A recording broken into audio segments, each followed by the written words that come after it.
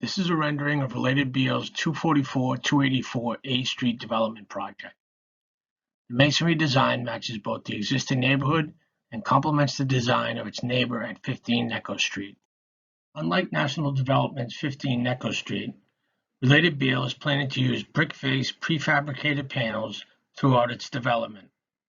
So what is a brick-face prefabricated panel, and why does it matter how the brick is installed? A brick face prefabricated panel begins in a mold surrounded by thinned out brick face, concrete, and insulation material.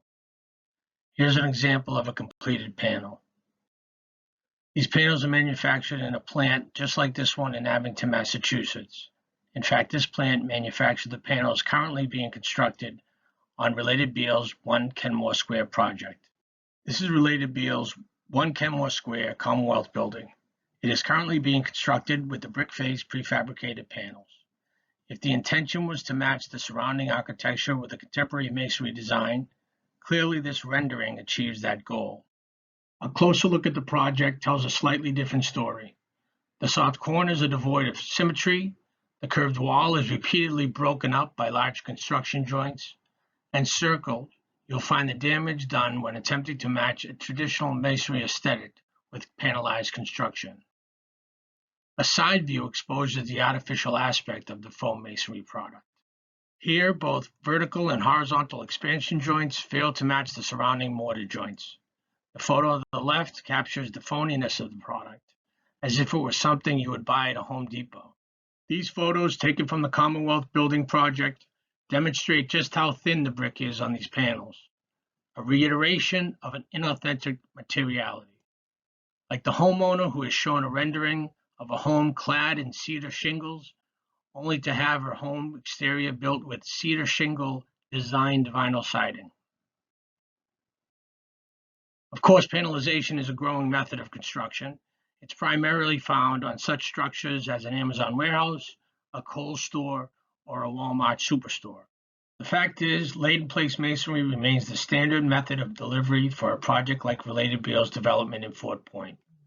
Further, we believe that most Fort Point residents who advocated for a masonry design in the past expected a traditional material with a standard installation method, which leads us to the question of cost differential, which is negligible. The bigger question is why Related Beal finds it necessary to use panelized construction in the first place. In advocating laid-in-place masonry on the project, you would be joining all the South Boston elected officials in your advocacy. These elected officials recognize the associated benefits to laid-in-place masonry.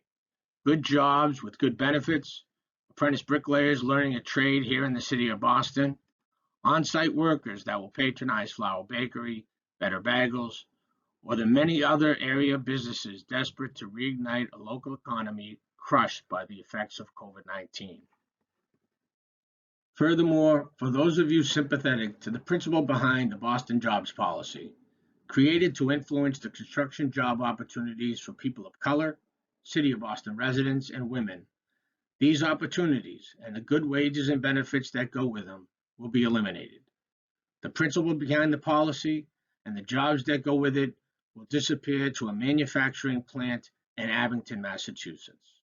For all of these reasons, we ask you to join us in advocating for traditional installation methods with standard masonry materials to be used at Related Beal's development project. Should you have any questions or comments, please contact Tom McIntyre.